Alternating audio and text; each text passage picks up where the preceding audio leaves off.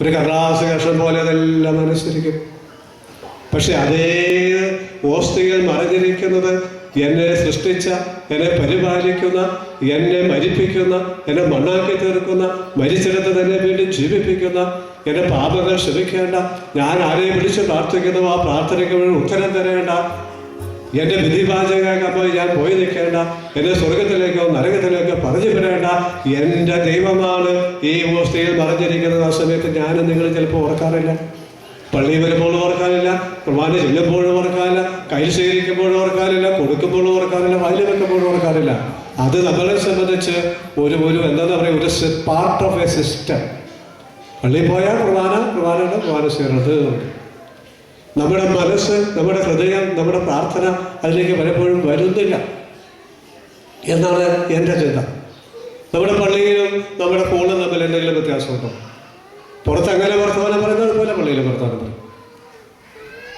ഇപ്പം അച്ഛൻ പറയുന്നത് കേട്ടു, ഈ പിള്ളേർക്ക് പള്ളിയിൽ വെച്ച് ബിസ്ക്കറ്റ് കൊടുക്കാതിരിക്കണം. ഞാൻ പറയും, ഒരു കാരണവശാലും പള്ളിയിലൊന്ന് തിന്നാൻ കൊടുക്കാനും പിള്ളേരെ പഠിപ്പിക്കരുത്. കാരണം എന്താണെന്നറിയാമോ? ഈ പള്ളിയിൽ വെച്ച് തീറ്റ കൂടി പഠിച്ചാൽ പിന്നെ പള്ളിയും കൂട്ടുമുറിയും പുറമ്പും പള്ളിക്കൂടെ തമ്മിൽ എന്താ വ്യത്യാസം? പിള്ളേരുടെ മനസ്സിൽ ഒരു വ്യത്യാസമില്ല. അവരോട് പറയണം, പിള്ളേരെ, മക്കളെ, അല്ല മകളെ, ഇത് പള്ളിയാ, ഇത് ദൈവം വസിക്കുന്ന സ്ഥലമാണ്, ഇത് വിശുദ്ധ സ്ഥലമാണ്, ഇവിടെ വെച്ച് തീറ്റയും കൂടി പറ്റത്തില്ല, ഓരോ പോക്ക് വിശക്കുന്നുണ്ട്, പറ, നമുക്ക് മുറ്റത്ത് ഇറങ്ങിയിട്ട് ആ വരാതെ പോയിട്ട് അല്ല മറ്റേ മുറിയിൽ പോയിട്ട് തിന്നാം. അങ്ങനെയെങ്കിലും നിങ്ങളൊന്ന് പഠിപ്പിക്കണം. അല്ലാതെ ഈ കൂട്ടുമുറിയും ചന്തയും എന്താണ് KFCയുടെയും മക്ഡൊണാൾഡിന്റെ തീറ്റ സ്ഥലവും പള്ളിയും എല്ലാം ഒരുപോലെയാണെന്ന്, ഒരു വ്യത്യാസവുമില്ലെന്ന് ഒരു ധാരണ ഈ പിള്ളേരുടെ മനസ്സിൽ വളർത്തിയ പിന്നെ നാളെ എങ്ങനെ ഇവരെ കർത്താവിനെ വിശ്വസിക്കും? എങ്ങനെ ദേവാലയത്തിൽ പെരുമാറും? എങ്ങനെ വിശുദ്ധ കുർബാനയെ പൂജിക്കും? അപ്പം അതുകൊണ്ട് നമ്മൾ പള്ളിക്ക് പള്ളി, അതിന് ബദല് വേറെ ഒന്നുമില്ല. അത് ദൈവത്തിൻ്റെ സജീവ സാന്നിധ്യമുള്ള സ്ഥലമാണ്. അതിന് അർഹിക്കുന്ന ആദരവ് കൊടുക്കണം. ഇപ്പം നമ്മളുടെ പള്ളിയിൽ എത്രയോ അലക്ഷ്യമായി പെരുമാറും. പക്ഷെ ഇന്ന് ഈ സക്രാലിൽ ഇരിക്കുന്ന നമ്മുടെ കയ്യിലും വായിലേക്കും വരുന്ന ദൈവത്തിന്റെ തനി രൂപത്തിന് മുമ്പ് നമ്മൾ ഒരിക്കൽ പോയി നിൽക്കേണ്ടി വരും. മരിച്ച് വിധിവാചകം കേൾക്കാൻ പോയി നിൽക്കേണ്ടി വരും. ഞാൻ ചോദിക്കട്ടെ, ഇപ്പം നമ്മൾ കാണിക്കുന്ന കൂസലില്ലായ്മ ആ സമയത്ത് നമുക്ക് ആർക്കെങ്കിലും ഉണ്ടാകുമോ? എനിക്കുണ്ടാകുമോ? നിങ്ങൾക്കുണ്ടാകുമോ? അവിടെ ദൈവം പരിശുദ്ധിയുടെ ആ മഹിമയില് 10,000 മാലാഖമാരുടെ വ്യൂഹത്തോടുകൂടി കുരിശിന്റെ അടയാളത്തോടുകൂടി വരുമ്പോൾ അവന്റെ മുമ്പിൽ നമ്മളിങ്ങനെ പോയി കിടിലം കൊണ്ടുപോയി നിൽക്കുമ്പോൾ ഇന്നത്തെ ധൈര്യം നമുക്കുണ്ടാവില്ല. ഞാൻ ചോദിക്കട്ടെ, ഇപ്പോ ഇവിടുത്തെ ഏതെങ്കിലും ഒരു മന്ത്രിയുടെ മുമ്പിൽ നമ്മൾ ആരെങ്കിലും കാലി വെച്ചിട്ടിരിക്കുമോ? ഇരിക്കൂല. അതായത് പള്ളിയിലെ യേശുക്രിസ്തുവിന് മുമ്പിൽ ഇങ്ങനെ ഇരിക്കാൻ നമുക്ക് യാതൊരു വിഷമമില്ല, ഒരു വിഷമമില്ല. കാരണം ഇവിടെ വസിക്കുന്ന ദൈവത്തിന് നമ്മളൊരു ആദരവ് കൊടുക്കുന്നില്ല. കൊടുക്കുന്നുണ്ടെങ്കിൽ ഞാൻ ഉറപ്പ് പറയാൻ കാല് കയറൂല.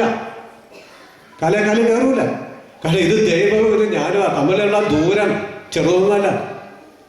എന്നെ സൃഷ്ടിച്ച, എന്നെ പരിപാലിക്കുന്ന, എന്നെ പ്രാർത്ഥന കേൾക്കേണ്ട, എന്നെ മരിപ്പിക്കുന്ന, വിധിവാചകങ്ങൾ പോയി നിൽക്കേണ്ട, സ്വർഗത്തിലേക്ക് നരകത്തിലേക്ക് എന്നെ പറഞ്ഞു വിടേണ്ട കക്ഷിയാണ് ഇതിൻ്റെ അകത്തിരിക്കുന്നത്, അല്ല എൻ്റെ കയ്യിലിരിക്കുന്നത്, എൻ്റെ വായിൽ വരുന്നത്. വിറയ്ക്കുമെന്ന് ഓർത്താലും ശാപറ എനിക്കുമില്ല, നിങ്ങൾക്കുമില്ല, പറയുന്നത് എനിക്കുമില്ല. അതാണ് എൻ്റെ കഷ്ടം. പറയുന്നത് എനിക്കെങ്കിലും ഉണ്ടായിരുന്ന കുഴപ്പമില്ലായിരുന്നു. ഇപ്പം നമ്മളൊക്കെ അതുകൊണ്ട് വിശുദ്ധ കുർബാനയെയും ദേവാലയത്തെയും ഒക്കെ കുറച്ചുകൂടി പൂജ്യമായിട്ട് കാണണം, വിശുദ്ധമായിട്ട് കാണണം. നമുക്കറിയാം, പഴയ നിയമത്തില് ദേവാലയത്തിൽ സാധാരണ ജനങ്ങൾക്ക് പോലും കയറാൻ പറ്റില്ല. പല ബലിയിട്ട് അതിവിശുദ്ധ സ്ഥലത്ത് ആണ്ടിനൊരിക്കൽ മുഖ്യ പുരോഹിതൻ മാത്രം കയറി ധൂപം അർപ്പിച്ചതൊക്കെ പഴയ നിയമത്തിൽ വായിക്കുന്നുണ്ട്. നമ്മുടെ തീറ്റയും കൂടിയും വർത്തമാനവും നാട്ടുവിശേഷവും സർവ്വ പരിപാടിയും പള്ളിക്കകത്ത്. അതേ സ്ഥലത്ത് സാഷ്ടാംഗം തൊടും, അതേ സമയത്ത് കൈ ഉയർത്തും, അതേ സമയത്ത് സ്തുതിക്കും, അതേ സമയത്ത് പരദൂഷണം പറയും, അതേ സമയത്ത് തീറ്റയും കൂടിയും നടത്തും എന്നൊക്കെ പറഞ്ഞാൽ നമ്മുടെ വിശ്വാസത്തിൻ്റെ കുറവാണ്, നമ്മുടെ ബോധ്യങ്ങളുടെ കുറവാണ്. അവിടെ നമ്മൾ ദേവാലയത്തിന്, യേശുക്രിസ്തുവിന്, വിശുദ്ധ കുർബാനയ്ക്ക് കുറെ കൂടി പൂജ്യതയും ആദരവും നമ്മൾ കൊടുക്കേണ്ടത് നമ്മളെ അനുസ്മരിപ്പിക്കുന്ന ഒരു ദിവസമായിട്ട് കൂടി എടുക്കാം. ആദ്യത്തെ പെസഹ നടന്ന അതേ ഹോളിൽ വെച്ചാണ് പന്തക്കുസ്ത അനുഭവം ഉണ്ടായത്. നിങ്ങൾ പലരും ആ സ്ഥലം കണ്ടിട്ടുണ്ടാവും. ഇന്ന് ആ സ്ഥലം ഇരിക്കുന്നത് മുസ്ലിങ്ങളുടെ കയ്യിലാണ്, അവരുടെ കയ്യിലിരിക്കുന്നത്. യേശു സ്വർഗാരോഹണം ചെയ്ത ആ സ്ഥലം മുസ്ലിംസിന്റെ കയ്യിലിരിക്കുന്നത്. ജെറൂസലേം യേശുവിനെ കുരിശിൽ തെറിച്ച ഗാഗുൽത്ത നിങ്ങൾ കണ്ടിട്ടുണ്ടാവും. ഞാൻ അടുത്ത കാലത്ത് അതിലേക്ക് കാണാൻ ഒരു അവസരം വന്നു. വൈകുന്നേരം 6 മണിക്ക് ആ ദേവാലയം പൂട്ടും. അത് പൂട്ടുന്ന ആരാന്നറിയാമോ? 2 മുസ്ലിം കുടുംബങ്ങളാണ്. കാഗുൽത്തായിലെ ദേവാലയം പൂട്ടി താക്കോല് സൂക്ഷിക്കുന്ന മുസ്ലിം കുടുംബങ്ങളാണ്. അവർ വൈകുന്നേരം കൃത്യം 6 മണിക്ക് വരും. അവിടുത്തെ അച്ഛന്മാർ താക്കോലും കൊടുക്കും. എന്നിട്ട് വാതിലടയ്ക്കും. വാതിലിൽ ഒരു ചെറിയ കിളിവാതിലുണ്ട്, അതിലവിടെ ഒരു കോണി കൊടുക്കും. ആ കോണി ചാരിയിട്ട് ഈ മുസ്ലിങ്ങൾ ഈ ദേവാലയം പൂട്ടിയിട്ട് കോണി വീണ്ടും അകത്തേക്ക് കൊടുക്കും. അപ്പം ആ കിളിവാതിൽ അച്ഛന്മാരടയ്ക്കും. താക്കോലും കൊണ്ട് ഈ മുസ്ലിങ്ങൾ വീട്ടിൽ പോകും. പിറ്റേന്ന് രാവിലെ 6 മണിക്ക് അച്ഛന്മാരകത്തും മുസ്ലിംസ് പുറത്തും വരും. കിളിവാതിൽ തുറക്കും, കോണി കൊടുക്കും, തുറക്കും. അപ്പൊ എത്ര പുണ്യപ്പെട്ട സ്ഥലമാണെങ്കിലും വിശുദ്ധ സ്ഥലമാണെങ്കിലും അതിനെ പൂജ്യതയോടെ കണ്ടില്ലെങ്കിൽ ദൈവം അതിനെ കൈവിടും. ദൈവം അതിനെ കൈവിടും. അതുപോലെ ദൈവം യെരൂശലേം ദേവാലയം വരുന്ന സ്ഥലം ഇത് ലോകത്തിലെ 2ാമത്തെ വലിയ മുസ്ലിം ദേവാലയം. പുണ്യം പറഞ്ഞിരുന്നിട്ടൊന്നും കാര്യമില്ല. ആര് ദൈവത്തെ മറക്കുന്നുവോ, ആര് ദൈവത്തെ കൈവിടുന്നുവോ, ദൈവം അവരെയും വിടും, ആ പ്രദേശത്തെയും കൈവിടും. യൂറോപ്യൻ രാജ്യങ്ങളെടുത്ത് നോക്കുക. ഒരു കാലത്ത് ലോകം മുഴുവൻ കർത്താവിനെ കൊടുത്ത നാടുകളാണ്. അടുത്ത തലമുറകൾ ദൈവത്തെ കൈവിട്ടപ്പോൾ ദൈവം ആ നാടുകളെ കൈവിട്ടു.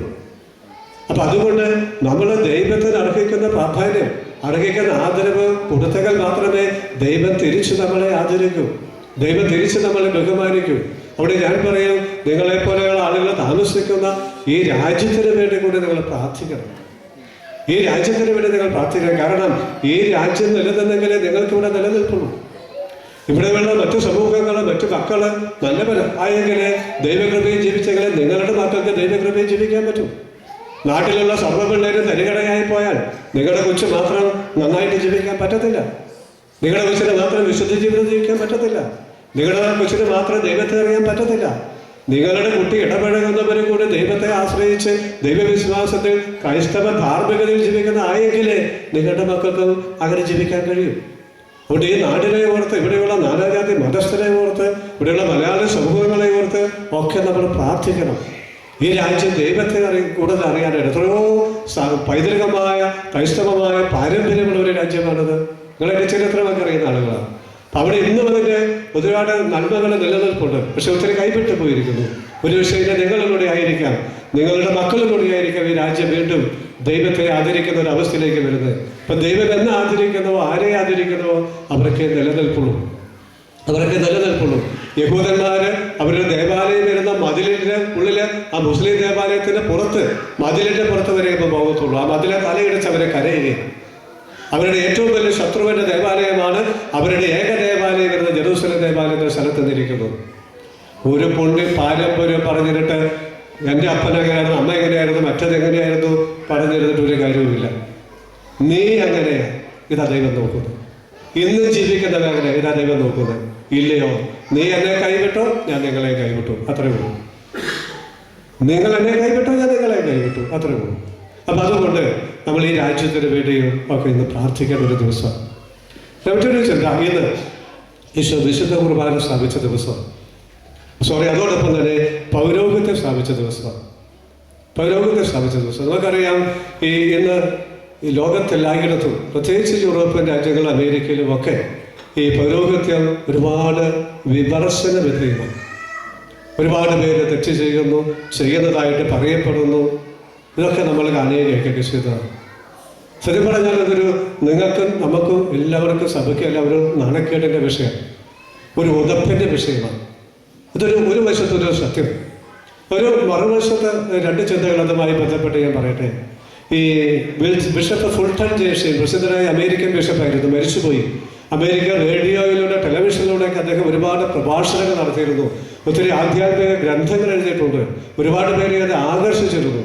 പക്ഷെ അദ്ദേഹത്തിൻ്റെ ബൈബിൾ പ്രഭാഷണങ്ങൾ ഇഷ്ടമില്ലാതിരുന്ന ഏതാനും മനുഷ്യർ ഒരിക്കൽ അദ്ദേഹത്തെ വഴിയിൽ തടഞ്ഞു നിർത്തി ചോദിച്ചു, നീ ആരാ?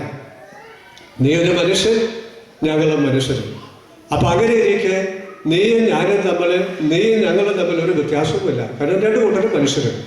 അങ്ങനെ ഇരിക്കെ നീ ഞങ്ങളോട് ദൈവത്തെ പറ്റി, ദൈവസ്നേഹത്തെ പറ്റി, പാപത്തെ പറ്റി, അനുതാപത്തെ പറ്റി, മാനസാന്തരത്തിനൊക്കെ പറയുന്നു. നിനക്കെന്താ യോഗ്യത? ഈ എല്ലാ ചോദ്യങ്ങൾക്കും കൂടി ബിഷപ്പ് പറഞ്ഞ മറുപടി ഇതാ: അതെ, എല്ലാ കാലത്തുമുള്ള മനുഷ്യരോട് ഒരു ദൈവം ഉണ്ടെന്നും ആ ദൈവം അവരെ സ്നേഹിക്കുന്നുണ്ടെന്നും ആ ലോകത്തിൽ പാപമുണ്ടെന്നും ദൈവം ക്ഷമിക്കുമെന്നും പാപങ്ങൾ ഏറ്റുപറഞ്ഞില്ലെങ്കിൽ ദൈവം ക്ഷമിച്ചില്ലെങ്കിൽ ദൈവം ശിക്ഷിക്കുമെന്നും ഒക്കെ പറയുവാനും ദൈവത്തിൻ്റെ രക്ഷയും കൃപയും അനുഗ്രഹങ്ങളുമൊക്കെ അവർക്ക് വാങ്ങിക്കൊടുക്കാനും എല്ലാ കാലത്തും എല്ലാ സമൂഹത്തിലും കുറേ കഴുതകൾ ആവശ്യമുണ്ട്. ആ കഴുതകളിൽ ഒരു കഴുതയാകാമെന്ന് ഞാൻ വിചാരിച്ചു. ഇതാണ് നിങ്ങളും ഞാനും തമ്മിലുള്ള ഏക വ്യത്യാസം. ഈ മറുപടി കേട്ട് ഒരു ദേഷ്യം പിടിച്ച് സ്ഥലം വിട്ടുന്ന കഥ. ഷീൻ പറയുന്നത് വളരെ കറക്റ്റാണ്. അതായത് കുറച്ച് കഴുതകളെ ഈ പണിക്ക് പോകും. അന്നും അങ്ങനെ എന്നും അങ്ങനെ. എൻ്റെ കൂട്ടത്തിൽ 11 പേര് സെമിനാരിൽ വന്ന 3 കൊല്ലം കൊണ്ട് 5 എണ്ണം പോയി. ഞങ്ങളുടെ ചില ബാച്ചുകൾ തന്നെ അന്യം നിന്ന് പോയി. നാളെ ഒരു സെമിനാരിയിൽ ഒരു ഇടവകയിൽ തന്നെ 13 പേരാണ് ഒന്നിച്ചു വന്നത്. ആദ്യത്തെ ആൾ 3-ാമത്തെ ദിവസം പോയി. 2 ആഴ്ച കൊണ്ട് എല്ലാവരും പോയി തീർന്നു. ലോകത്തെല്ലായിടത്തും നോക്കിയാൽ ഒരുപാട് സെമിനാരി വിദ്യാർത്ഥികളെ മടുത്തു ചേർന്നവരെ വിട്ടുപോയിട്ടുണ്ട്. എത്രയോ അച്ഛന്മാരെ വിട്ടുപോയിട്ടുണ്ട്, മെത്രാന്മാരെ വിട്ടുപോയിട്ടുണ്ട്. നിങ്ങളോട് ചോദിച്ചാൽ പറയും, നിങ്ങൾക്ക് പരമസുഖമല്ലേ? ആണ്, ഞങ്ങൾക്ക് പരമസുഖം. ഞാനൊരു ചോദ്യം ചോദിക്കട്ടെ. എല്ലാ മാതാപിതാക്കളും ആഗ്രഹിക്കുന്ന സ്വന്തം മക്കൾക്ക് ഏറ്റവും നല്ല ജീവിതം കിട്ടണമെന്നല്ലേ? തർക്കമില്ലല്ലോ. എന്നാൽ നിങ്ങളുടെ മക്കളെ ഒരു അച്ഛനാക്കിയാൽ പോലെ അവർ പരമസുഖമായില്ലേ അവർക്ക്? ഞങ്ങളുടെ ജീവിതം അടിപൊളിയാണെങ്കിൽ നിങ്ങളുടെ മക്കൾക്ക് അടിപൊളി ജീവിതം നിങ്ങൾ ആഗ്രഹിക്കുന്നതെങ്കിൽ ഒന്നും വേണ്ട, അതിനൊക്കെ അച്ഛനാകാൻ കിട്ടാൻ പോലെ. എന്നിട്ട് തെക്ക് വടക്ക് നോക്കാതെ നിങ്ങൾക്ക് ജീവിക്കാമല്ലോ. ഇച്ചിരി പൊളിക്കും, വിടത്തില്ല. എനിക്കറിയാം, ഒരിക്കലും ഒരു പെൺകുട്ടി എഞ്ചിനീയറിംഗ് കഴിഞ്ഞ് ഗവൺമെന്റിൽ പോകണമെന്ന് പറഞ്ഞു. അപ്പൻ കോളേജ് അധ്യാപകൻ, അമ്മയെ കോളേജ് അധ്യാപിക. കരച്ചിൽ പറയാവുന്ന സർവരെയും കൂടെ പറയിപ്പിച്ചു. കൊച്ചു പോയി. എന്നിട്ട് ആദ്യ ഉടുപ്പിടിയിൽ കഴിഞ്ഞപ്പോൾ വീട്ടിലൊരു സദ്യ, 1000-ഓളം പേരെ വിളിച്ച് വീട്ടിലൊരു സദ്യ. ഞാൻ ആ കുർബാന പ്രസംഗം ചെയ്തത്. അപ്പനും അമ്മയും പറയാ, ഇത് കല്യാണമായിട്ട് ഞങ്ങൾ വകവെക്കാന്ന്. മകളുടെ സങ്കടം സഹിക്കാൻ വയ്യ. അപ്പോൾ നമ്മൾ ഇത് വലിയ വലിയ വർത്തമാനമൊക്കെ പറയുമെങ്കിലും ഒരു കോൺവെന്റിലേക്ക്, ഒരു സെമിനാരിയിലേക്ക് ഒരു മകനെ പറഞ്ഞു വിടുന്ന കാര്യം പറയുമ്പോൾ വേണ്ട. അതിൻ്റെ അർത്ഥം എന്താ? ഇത് ഉദ്ദേശിക്കുന്ന പോലെ അത്ര സുഖമല്ല. അത് തന്നെ കാരണം. അത് നിങ്ങൾക്കും അറിയാം, അത് ഞങ്ങൾക്കും അറിയാം. അപ്പം അതുകൊണ്ട് ഞാൻ പറഞ്ഞത് നമ്മൾ അങ്ങോട്ടോ ഇങ്ങോട്ടോ കുറ്റപ്പെടുത്തണമെന്നല്ല, നമ്മൾ അങ്ങോട്ടോ ഇങ്ങോട്ടോ മനസ്സിലാക്കുക. ആരെങ്കിലും കുറെ കഴുതകൾ ഉണ്ടെങ്കിൽ വരുന്ന കാലങ്ങളിലും ഈ കാലത്തിലും ഈ ദൈവത്തിൻ്റെ സുവിശേഷം പറയാനും കേൾക്കാനും ഒക്കെ സാധിക്കും. റോമാക്കാരുടെ ലേഖനത്തിൽ പൗലോസ് പറയുന്നുണ്ട്, അയക്കാതെ എങ്ങനെ പോകും, പോകാതെ എങ്ങനെ പറയും, പറയാതെ എങ്ങനെ കേൾക്കും, കേൾക്കാതെ എങ്ങനെ വിശ്വസിക്കും, വിശ്വസിക്കാതെ എങ്ങനെ മാനസാന്തരപ്പെടും, മാനസാന്തരപ്പെടാതെ എങ്ങനെ രക്ഷപ്പെടും. ഒന്നുകൂടെ പറയാം, അയക്കാതെ എങ്ങനെ പോകും, പോകാതെ എങ്ങനെ പറയും, പറയാതെ എങ്ങനെ കേൾക്കും, കേൾക്കാതെ എങ്ങനെ വിശ്വസിക്കും, വിശ്വസിക്കാതെ എങ്ങനെ മാനസാന്തരപ്പെടും, മാനസാന്തരം കൂടാതെ എങ്ങനെ രക്ഷപ്പെടും. അപ്പൊ ദൈവം എല്ലാ കാലത്തും അയക്കപ്പെടാൻ വേണ്ടി കുറെ പേരെ വിളിക്കും. വിളിക്കുന്നതിൽ കുറെ എണ്ണം വരും, വരുന്നതിൽ തന്നെ കുറെ എണ്ണം പോകും, കുറെ എണ്ണം നിൽക്കും, നിൽക്കുന്നതിൽ തന്നെ കുറെ എണ്ണം ഉഴപ്പും. പിന്നെ അറ്റയും വെട്ടയൊക്കെ കാണും പറയാം. അവര് പോവുകയും പറയുകയും ചെയ്യുന്നതുകൊണ്ടാണ് കുറെ പേർക്കെങ്കിലും കേൾക്കാനും വിശ്വസിക്കാനും മാനസാന്തരപ്പെടാനും രക്ഷപ്പെടാനും ഒക്കെ കഴിയുന്നത്. അവരിലൂടെയാണ് ദൈവത്തിന്റെ കൃപ കുമ്പസാരത്തിലൂടെ, കൂദാശയിലൂടെ, ദിവ്യബലിയിലൂടെ, പ്രാർത്ഥനയിലൂടെ ഒക്കെ നമുക്ക് കിട്ടുന്നത്. ഇത് ഞാനിത് പറയുമ്പോൾ ഞാൻ അച്ഛന്മാരെ എല്ലാം കണ്ണടച്ച് ന്യായീകരിക്കണമെന്ന് ഞാൻ പറയില്ല. ഞാൻ ഉറപ്പ് പറയാം, എല്ലാ അച്ഛന്മാരും മര്യാദക്ക് അച്ഛന്മാരെ ചെയ്തിരുന്നെങ്കിൽ ലോകം ഇതുപോലെ നശിച്ചു പോകത്തില്ലായിരുന്നു, യൂറോപ്പ് ഇതുപോലെ നശിച്ചു പോകത്തില്ലായിരുന്നു, ക്രൈസ്തവ സഭ ഇതുപോലെ നശിച്ചു പോകത്തില്ലെന്ന് ഞാൻ എവിടെയും വിളിച്ചു പറയാം. അച്ഛന്മാരും ഭാര്യമായി അച്ഛന്മാരെ ചെയ്തിരുന്നെങ്കിൽ ലോകത്തിന് ഇന്ന് ക്രൈസ്തവ സഭയ്ക്ക് ഇന്ന് ഗതികേട് വരത്തില്ലായിരുന്നു. ഞാൻ സമ്മതിക്കുന്നു. തിരിച്ചുകൊണ്ട് ഇവിടെ കുറെ കഴുതകൾ ഇല്ലായിരുന്നെങ്കിൽ ലോകത്തിന്റെ ഗതി ഇതിനേക്കാൾ പോക്കായാലും അത് നമ്മൾ അറിയണം. ഇപ്പൊ ഒന്ന് തന്നെ വേണം. ഈ ഒരു പാവ അച്ഛനോടെ ഉള്ളതുകൊണ്ടല്ലേ നിങ്ങൾക്കൊരു ഞായറാഴ്ച കുർബാനയും കുമ്പസാരമൊക്കെ നടക്കുന്നത്. ഇവിടെ അവിടെ ഇവിടെയൊക്കെ കുറെ പള്ളികളിൽ ആരൊക്കെ പൈസന്മാരോ അല്ലാത്തവരോ വിശ്വാസം ഇല്ലാത്തവരോ പുണ്യമില്ലാത്തവരായിട്ട് കുറെ അച്ഛൻ ഉള്ളത് കൊണ്ടല്ലേ ഒരു കുർബാനയും കൂടാശയൊക്കെ നടക്കുന്നത്. അപ്പൊ അതുകൊണ്ട് പൗരോഹിത്യം ഉണ്ടെങ്കിൽ സഭയുണ്ടെങ്കിൽ നമ്മുടെ ആത്മാവിനെ രക്ഷപ്പെടുത്താൻ നമുക്ക് കഴിയും. നമുക്ക് പാപമോചനം കിട്ടും. ആ ഒരു കാര്യം നമ്മൾ ഓർക്കണം. അതുകൊണ്ട് നിങ്ങൾ ഞങ്ങളെ ആവശ്യമില്ലാതെ മാനിക്കണമെന്നോ പൂജിക്കണമെന്നോ ഒന്നും അർത്ഥമില്ല. ഒറ്റ കാര്യമേ പറയുന്നുള്ളൂ, നിങ്ങൾ പുരോഹിതർക്ക് വേണ്ടി കൂടുതൽ പ്രാർത്ഥിക്കണം, ഞങ്ങളൊന്ന് നന്നായി കിട്ടാനായിട്ട്. ഞങ്ങളൊന്ന് നന്നായി കിട്ടാനായിട്ട് നിങ്ങൾ പ്രാർത്ഥിക്കുക. ദൈവവിളികൾ ഉണ്ടാകാൻ വേണ്ടി നിങ്ങൾ പ്രാർത്ഥിക്കുക. നിങ്ങളുടെ മക്കളിൽ ആരെങ്കിലും ഒരാൾ ഈ കഴുതപ്പുറത്തേക്ക് പോയ പോട്ടെ എന്നൊന്ന് വെക്കുക. പറ്റുമെങ്കിൽ അതിനൊരു പ്രോത്സാഹനം കൊടുക്കുക. കാരണം മറ്റെല്ലാ നേട്ടങ്ങളും തീർന്നു പോകും. എത്ര വലിയ സ്ഥാനം കിട്ടിയാലും ജോലി കിട്ടിയാലും കാശുണ്ടാക്കി വെച്ചാലും അതെല്ലാം തീരും. നിലനിൽക്കുന്നത് നേടുന്ന ആത്മീയമായ സുഹൃത്തുക്കൾ മാത്രമാണ്. മറ്റുള്ളവരെ രക്ഷിക്കുന്ന ആ കൃപ മാത്രമേ നിൽക്കുന്നതുള്ളൂ. അപ്പം അതുകൊണ്ട് നമുക്കിന്ന് പൗരോഹിത്യത്തെ ഓർക്കാം, പുരോഹിതർക്ക് വേണ്ടി പ്രാർത്ഥിക്കാം. പ്രത്യേകിച്ച് നമ്മളെല്ലാവരുടെയും കഴിഞ്ഞകാല ജീവിതവുമായി ബന്ധപ്പെട്ട എത്രയോ വൈദികരുടെ പങ്കാളിത്തമുണ്ടായിട്ടുണ്ട്. നമ്മളെ മാമോദിസമൊക്കെ അച്ഛൻ, നമ്മൾ ഞായറാഴ്ച കുർബാന കണ്ടുകൊണ്ടിരുന്നവർ, നമ്മളെ കലാകാലങ്ങളിൽ ഉപസാരിപ്പിച്ചവർ, ഏതെങ്കിലും തരത്തിൽ നമ്മളെ സഹായിച്ചവർ, ഇന്ന് ഈ നാട്ടുകാരോ അന്യനാട്ടുകാരോ ആയിട്ട് നമ്മളെ സഹായിച്ചുകൊണ്ടിരിക്കുന്നവർ, അവരെയെല്ലാം നമുക്ക് ഓർക്കാം. അതുപോലെ ദൈവവിശ്വാസത്തിൽ നിന്നും വിശുദ്ധിയിൽ നിന്നും അകന്നു നിൽക്കുന്ന വൈദികരുണ്ടെന്ന് നമുക്കറിയാം. അവർക്ക് വേണ്ടി നമ്മൾ പ്രാർത്ഥിക്കണം. അവരെ കൂടെ ദൈവസ്നേഹത്തിൽ വരാം. ചുരുക്കി പറഞ്ഞാൽ ആർക്കും ആക്ഷേപിക്കാൻ കഴിയാത്ത വിധം ദൈവസ്നേഹവും ക്രൈസ്തവ ധാർമ്മികതയൊക്കെ ഉയർത്തിപ്പിടിക്കുന്ന, വചനം പ്രഘോഷിക്കുന്ന, ക്രിസ്തുവിനെ സാക്ഷ്യം വഹിക്കുന്ന നല്ലൊരു പുരോഗത സമൂഹം വരും കാലങ്ങളിൽ ലോകത്തെല്ലായിടത്തും ഉണ്ടാകാനായിട്ട് നമ്മൾ പ്രാർത്ഥിക്കണം. എല്ലാ ദിവസത്തെയും നമ്മുടെ പ്രാർത്ഥനകൾ, കേരളത്തിലൊക്കെ ഇപ്പം എല്ലാ പള്ളികളിലും കുർബാന കഴിഞ്ഞാൽ ഈ വൈദികർക്ക് വേണ്ടി ഒരു പ്രാർത്ഥനയൊക്കെ ചൊല്ലുന്നുണ്ട്.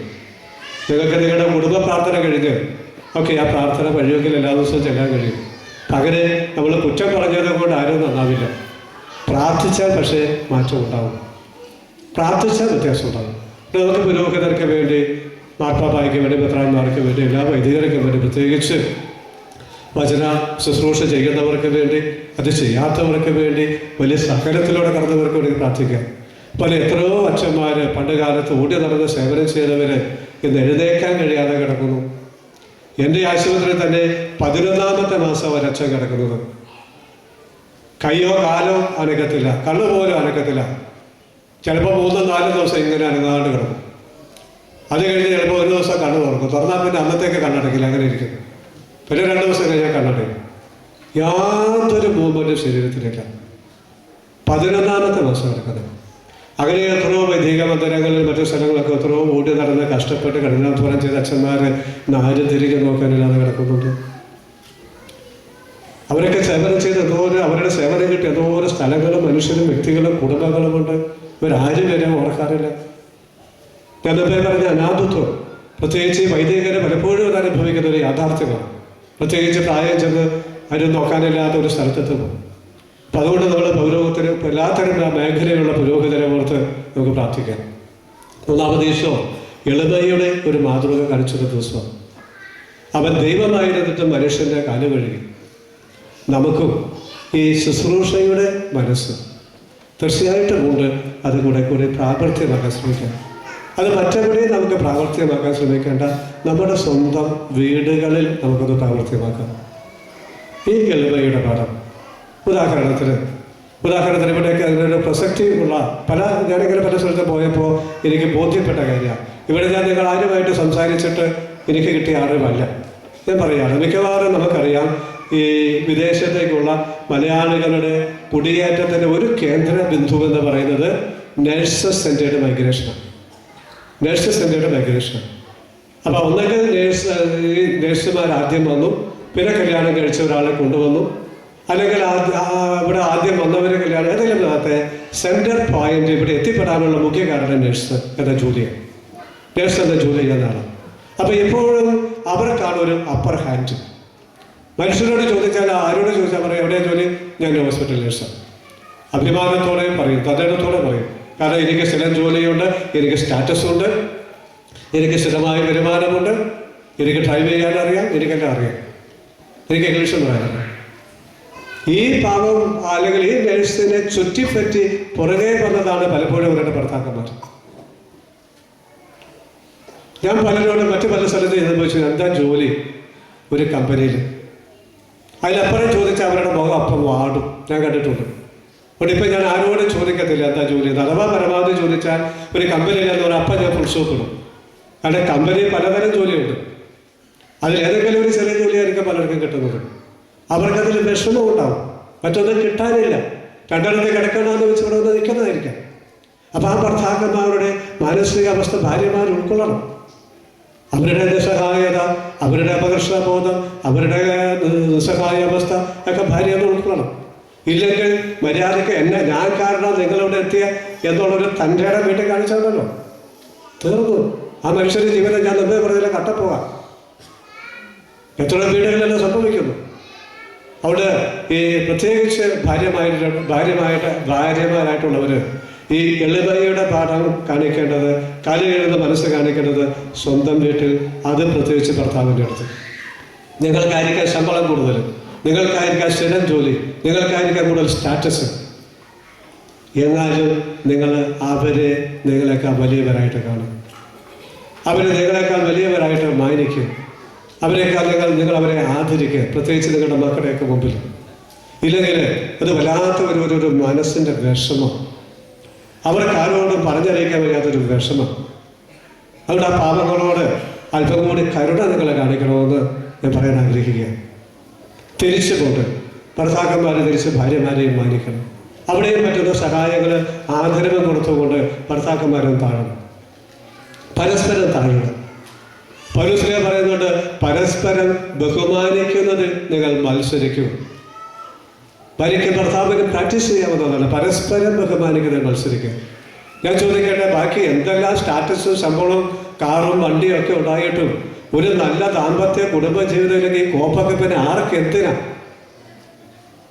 മനസ്സിലാകുന്നില്ല. അപ്പൊ ആദ്യം വേണ്ടത് നല്ലൊരു ദാമ്പത്യ ജീവിതം, നല്ലൊരു കുടുംബ ജീവിതം. അതിന് സഹായിക്കുന്നത് മാത്രമായിട്ട് മറ്റെല്ലാം മാറണം. ഇല്ലെങ്കിൽ പിന്നെ പെണ്ണ് കെട്ടാതെ മറ്റൊക്കെ ജീവിച്ചാൽ പോരായിരുന്നു. ഈ ശമ്പളവും ഈ ജോലി ഈ കാറുമായിട്ട് നടന്നാൽ മതിയായിരുന്നല്ലോ. അപ്പൊ അതുകൊണ്ട് നമ്മൾ ഈ കോമൺ സെൻസ് ഇല്ലാതെ പെരുമാറരുത്. ഭാര്യയും ഭർത്താവും കുറെ കൂടെ മാനിക്കാൻ, സപ്പോർട്ട് ചെയ്യാൻ, ആദരിക്കാൻ പഠിക്കണം. അതുപോലെ മക്കളെ എനിക്ക് തോന്നുന്നത്, ഞാൻ കണ്ടതോളം മക്കളെ കുറെ കൂടെ മാതാപിതാക്കളെ ബഹുമാനിക്കാൻ നിങ്ങളൊന്ന് പഠിപ്പിക്കും. നിങ്ങൾ ഇങ്ങനെ തലക്കൊരന്മാരായിട്ട് വളർന്നു വന്ന സ്ഥിതി എന്താ?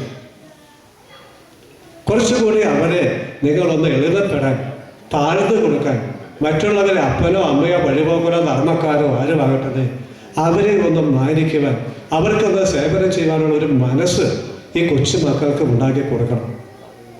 അത് വീട്ടിൽ നിങ്ങൾ തമ്മിൽ ചെയ്യുന്നത് കണ്ടിട്ടായിരിക്കണം, നിങ്ങൾ തമ്മിൽ ചെയ്യുന്നത് കണ്ടിട്ട്. അപ്പം അതുകൊണ്ട് ഈ സേവനത്തിൻ്റെ, ശുശ്രൂഷയുടെ, എളിമയുടെ, താഴ്ന്നു കൊടുക്കലിൻ്റെ, പാദം കഴുകി കൊടുക്കുന്നതിൻ്റെ ആ മനസ്സ് തീർച്ചയായിട്ടും നമുക്കൊണ്ട്. ഇവിടെയൊക്കെ നിങ്ങൾക്കറിയാം, എനിക്കറിയാം, പരസ്പരം ഇങ്ങനെ സഹായിക്കാതെ മുന്നോട്ട് പോവില്ല. അത് ചെയ്യുന്നുണ്ട്. പക്ഷെ ചെയ്യുന്നുണ്ടെങ്കിൽ പലപ്പോഴും മുറിപ്പെടുത്തിക്കൊണ്ടായിരിക്കാം, മറ്റൊരാളെ അസ്വസ്ഥതപ്പെടുത്തിക്കൊണ്ടായിരിക്കാം, ദാമ്പത്യ കുടുംബജീവിതത്തിൽ വിള്ളലേൽപ്പിച്ചുകൊണ്ടായിരിക്കാം. അതൊന്നും ഇല്ലാതെ കുറച്ചും കൂടി നല്ല രീതിയിൽ ഒക്കെ നടത്തുവാനായിട്ട് നമുക്ക് സാധിക്കും. അതുകൊണ്ട് ആ എളിമയുടെ പാഠം ദൈവമായിരുന്നിട്ട് മനുഷ്യൻ്റെ കഥം കഴിയെങ്കിൽ നമുക്ക് പരാതി കൂടാതെ, മുറിപ്പെടുത്താതെ, പരസ്പരം ബഹുമാനിച്ചുകൊണ്ട് ശുശ്രൂഷ ചെയ്യാനായിട്ട് സാധിക്കും. വീടുകളിൽ മക്കളെ അങ്ങനെ പഠിപ്പിക്കണം, മാതാപിതാക്കളെ അങ്ങനെ കാണിച്ചു കൊടുക്കണം. പുറത്തങ്ങനെ ചെയ്യണം. ഇപ്പം തന്നെ കണ്ടില്ല, ഇവിടെ നിങ്ങളിൽ എത്രയോ പേര് ശുശ്രൂഷ ചെയ്യുന്നതുകൊണ്ടാണ്, തലകും വിലകും പാഞ്ഞ് ചെയ്യുന്നതുകൊണ്ടാണ് ഈ ധ്യാനമൊക്കെ ഇവിടെ നടന്നതുകൊണ്ട്. ഒത്തിരി പേരുണ്ട് നല്ല മനസ്സുള്ളവർ, എല്ലാം നടന്ന് സേവനം ചെയ്യുന്നവരുണ്ട്, തീർച്ചയായിട്ടും ഉണ്ട്. ഇപ്പോൾ നമുക്ക് അഭിമാനിക്കാവുന്ന വിഷയമെങ്കിലും ഇത് നമ്മൾ കുറച്ചുകൂടി പ്രാക്ടീസ് ചെയ്യാൻ കഴിയുന്ന ഒരു സ്ഥലം നമ്മുടെ കുടുംബമായിരിക്കാം. ഒരു മിനിറ്റ് നമുക്ക് കണ്ണുകളടയ്ക്കാം. ഇപ്പോൾ ഈ ദേവാലയത്തിൽ പ്രിയപ്പെട്ട അച്ഛൻ ഈ സഹോദരങ്ങളുടെ കാല് കഴുകുകയാണ്. ഇതിപ്പോൾ ചെയ്യാൻ അച്ഛന് വലിയ ബുദ്ധിമുട്ടൊന്നുമില്ല. ഒരു 12 പ്രാവശ്യം മുട്ടുകുത്തി എഴുതേക്കെ ചെയ്യുന്ന ഒരു വിഷമം മാത്രമേ ഉള്ളൂ. ഈ ചേട്ടന്മാർക്ക് അവരുടെ കാല് നീട്ടി കൊടുക്കാനൊരു വിഷമമില്ല, ആകെപ്പാടെ ഷൂസ് ഒന്ന് അഴിക്കണമെന്നൊരു വിഷമം. അപ്പം ഈ കാല് എളുപ്പമല്ല. ഈ കാല് കഴുകുന്നത് പങ്കെടുക്കുമ്പോൾ കർത്താവിൻ്റെ ആ വലിയ മാതൃക നമുക്കൊരു പ്രചോദനമായി സ്വീകരിച്ച് നമ്മുടെ കുടുംബങ്ങളിൽ നമുക്ക് കുറേ കൂടി പരസ്പരം മാനിക്കുന്നവരായിട്ട് മാറുവാനായിട്ട് ശ്രമിക്കാം. അതുപോലെ തന്നെ നമുക്ക് പുരോഹിതർക്ക് വേണ്ടി പ്രത്യേകമായിട്ട് പ്രാർത്ഥിക്കാം. വിശുദ്ധ കുർബാനയിൽ നിന്ന് നമ്മൾ സ്വീകരിക്കുമ്പോൾ, നീ ദേവാലയത്തിലായിരിക്കുമ്പോൾ നമുക്ക് കൂടുതൽ ആദരവോടും ഭക്തിയോടും കൂടി ഈ ബലിയിൽ പങ്കെടുത്ത് ഈശോയെ നമ്മുടെ കരകളിൽ, നമ്മുടെ നാവിൽ സ്വീകരിക്കാം. കയ്യിലോ നാവിലോ സ്വീകരിക്കുമ്പോൾ നമുക്ക് ഓർക്കാം, ഇതിൽ പറഞ്ഞിരിക്കുന്ന ദൈവത്തെയാണ് ഞാൻ ഈ വിളിച്ച് പ്രാർത്ഥിക്കുന്നതല്ല. ഈ ദൈവമാണ് എന്നെ പാപം ശ്രമിക്കേണ്ടത്, ഈ ദൈവമാണ് എന്നെ മരിപ്പിക്കാൻ പോകുന്നത്, ഈ ദൈവമാണ് എന്നെ ഉയർപ്പിക്കുന്നത്, ഈ ദൈവത്തിന് മുമ്പിലാണ് വിധിവാചകമായി ഞാൻ പോയി നിൽക്കേണ്ടി വരിക. ഈ ദൈവം